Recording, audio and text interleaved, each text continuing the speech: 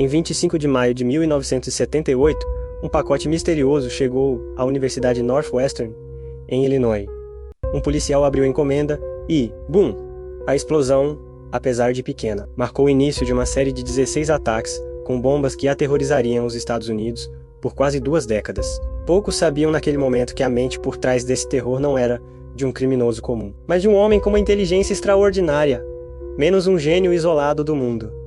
Esse homem se tornaria conhecido como o Unabomber. Theodore John Kosinski nasceu em 22 de maio de 1942, em Chicago. Desde cedo, já mostrava sinais de uma mente incomum. Enquanto outras crianças se preocupavam com brincadeiras, Ted devorava livros de matemática e lógica. Ele tinha que estimado em 167, uma capacidade de aprendizado fora do comum, que o levou a pular séries no colégio e a se destacar academicamente.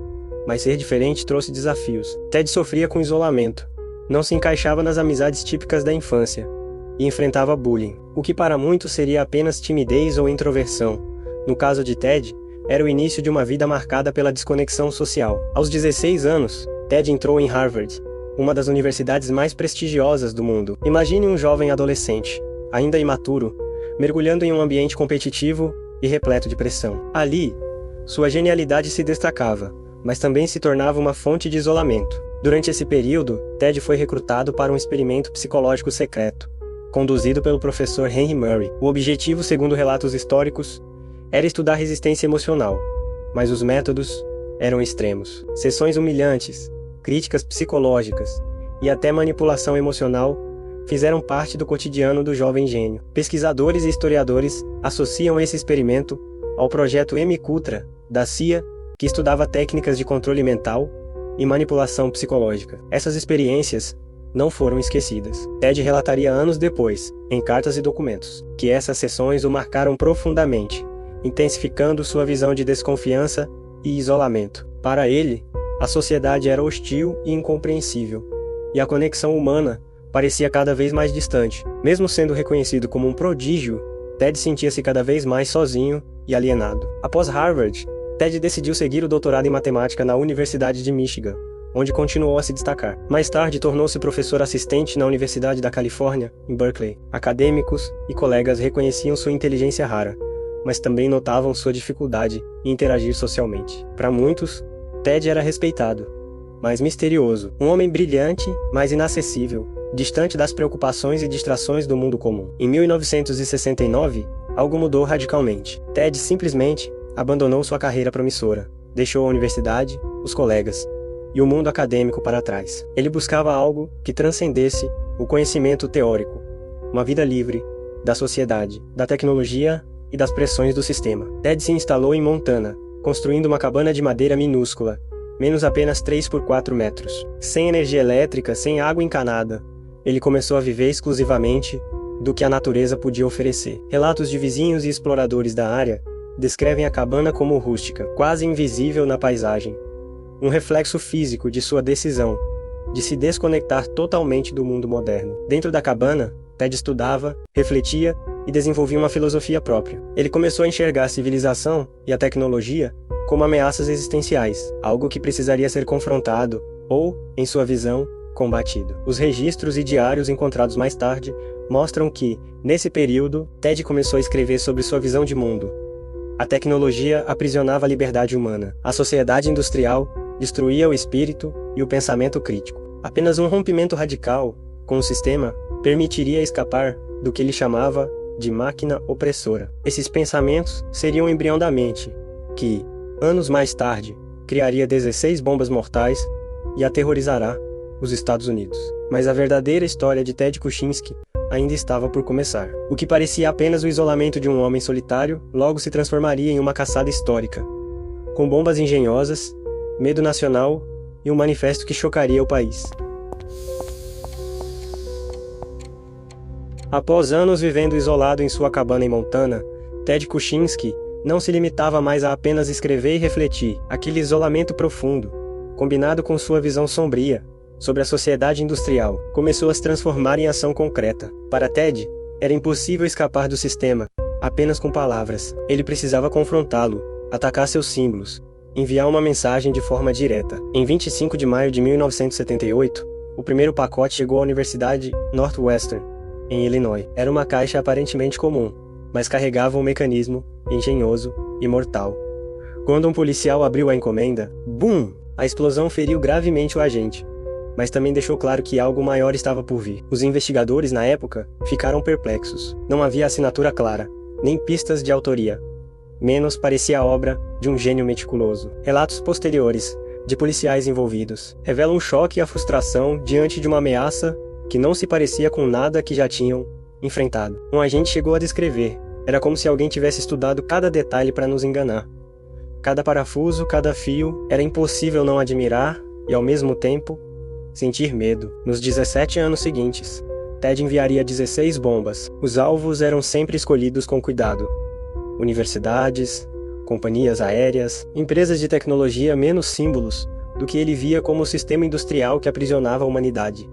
Cada pacote era meticulosamente feito à mão. Algumas bombas eram escondidas em livros, outras em caixas ou pastas, todas projetadas para detonar apenas quando manipuladas pelo destinatário. Ele muitas vezes assinava com as iniciais F, Código Freedom Club, para dar a impressão de que havia uma organização por trás, quando na verdade estava sozinho, totalmente isolado. As bombas deixaram 23 pessoas feridas e 3 mortas. Entre os sobreviventes, o trauma não era apenas físico, era psicológico. Professores universitários e funcionários de empresas relatavam medo constante, apreensão ao abrir qualquer correspondência e noites sem dormir. Uma vítima descreveu anos depois: você não sabia se aquela carta que chegava hoje poderia ser a última coisa que você veria. Cada envelope parecia um inimigo. O que aterrorizava investigadores era a engenhosidade das bombas. Ted estudava detalhadamente o funcionamento de mecanismos e eletrônicos, criando dispositivos que pareciam quase impossíveis de rastrear. Ele usava materiais simples, mas manipulados com precisão cirúrgica. Peritos em explosivos descrevem seu trabalho como método e artístico. Uma mente brilhante transformada em arma. O impacto na sociedade americana foi enorme. Universidades intensificaram a checagem de correspondências. Companhias aéreas reforçaram pacotes, e cada encomenda se tornava uma ameaça em potencial. O país vivia em pânico silencioso. Não sabiam quem Ted Kuczynski era, nem onde ele estava. Jornais descreviam a ameaça como invisível e implacável, e o Polícia Federal norte-americana aumentava cada vez mais os esforços para capturá-lo. Enquanto o mundo externo entrava em caos, Ted permanecia na cabana em Montana, escrevendo, refletindo e planejando. Diários encontrados posteriormente revelam que cada ataque era cuidadosamente calculado, e cada alvo escolhido para reforçar sua mensagem contra a sociedade tecnológica. Ele se via como alguém em guerra contra um sistema que escravizava o homem moderno. Uma visão que, aos olhos do mundo, se transformava em terror puro. Colegas e familiares descrevem Ted como alguém calmo, introspectivo e, ao mesmo tempo, intenso. Um investigador do Polícia Federal norte-americana comentou: não era apenas um criminoso, era um estrategista, um eremita, que transformou sua inteligência em algo letal. Seu irmão David, que anos depois reconheceria seu estilo de escrita no manifesto, disse: eu sempre soube que Ted pensava diferente, mas jamais imaginei que essa diferença pudesse se tornar tão perigosa. Durante esse período de ataques,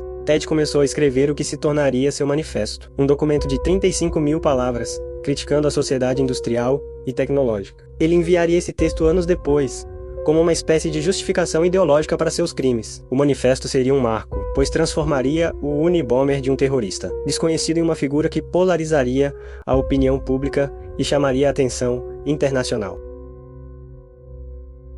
Nos anos 90, após quase 2 décadas de ataques, Ted Kuczynski tomou uma decisão ousada. Ele preparou um manifesto de 35.000 palavras, chamado A Sociedade Industrial e Seu Futuro. O documento era uma crítica ferrenha à tecnologia, à ciência moderna e à sociedade industrial, que, segundo ele, aprisionava o ser humano. Mas não era apenas um texto filosófico. Era também uma mensagem velada, de alguém que havia transformado suas ideias em ações mortais. Em 1995, após intensa negociação, os jornais New York Times e Washington Post aceitaram publicar o manifesto. O texto chocou o país. Milhões de pessoas tiveram acesso às palavras de um homem que até então era apenas uma sombra, um terrorista invisível. O manifesto detalhava seu ódio à sociedade tecnológica, criticava a liberdade individual limitada e defendia uma revolução contra o sistema industrial. Para o público, parecia o delírio de um eremita. mas para os investigadores, era uma pista vital. Entre os leitores estava David Kuczynski, irmão de Ted. Ele reconheceu imediatamente o estilo de escrita, as ideias e até expressões peculiares que só Ted usava. O choque foi intenso, David relatou. Eu sabia que Ted era diferente, mas jamais imaginei que ele pudesse estar envolvido em algo assim. Era horrível, mas precisava fazer algo. Com muito medo e pesar, David contatou o Polícia Federal Norte-Americana, fornecendo informações sobre seu irmão, que se tornariam essenciais para sua captura. O Polícia Federal Norte-Americana, já mobilizando centenas de agentes em uma das maiores caçadas da história dos Estados Unidos da América, recebeu uma pista concreta. Analistas compararam o manifesto com cartas e textos conhecidos de Ted. Os especialistas em linguagem detectaram padrões únicos, uso de certas palavras, estrutura de frases e ideias filosóficas consistentes com os escritos de Ted. Era a primeira vez que o caso ganhava uma direção clara. O fantasma do Unabomber tinha um nome. Ao identificar Ted como suspeito, o Polícia Federal Norte-Americana começou a mapear seus hábitos, investigar propriedades e vizinhos. Apesar de viver isolado em Montana, Ted não era completamente invisível. Investigadores estudaram suas rotas, contatos eventuais e até o estilo de vida na floresta. Cada detalhe da cabana, dos arredores e dos suprimentos que ele usava ajudava a criar um quadro de sua rotina, essencial para a operação de captura. Em abril de 1996, o cerco foi montado. Agentes do Polícia Federal Norte-Americana se aproximaram da cabana de apenas 3 por 4 metros, escondida na floresta. O que encontraram dentro era chocante. Bombas prontas e materiais para fabricar novas, diários detalhando cada ataque, cada alvo e cada pensamento. O rascunho original do manifesto. A cabana, simples e quase invisível por fora, era uma verdadeira fábrica de terror, o centro de operações de um gênio transformado em assassino. Quando Ted abriu a porta, parecia apenas um homem comum, barbudo, magro, com roupas simples. Não houve resistência. Ele foi algemado e levado sob custódia, encerrando quase 2 décadas de medo e terror silencioso. Agentes descrevem a prisão como surreal. Um homem tão pequeno em aparência, mas capaz de criar tanto medo. Era quase impossível acreditar. Em 1998, Ted Kuczynski se declarou culpado para evitar a pena de morte. O julgamento expôs detalhes perturbadores de sua mente, suas motivações e seu planejamento obsessivo. O país acompanhava cada passo, fascinado e aterrorizado pelo homem, que durante anos parecia invisível e intocável. O caso provocou debates intensos.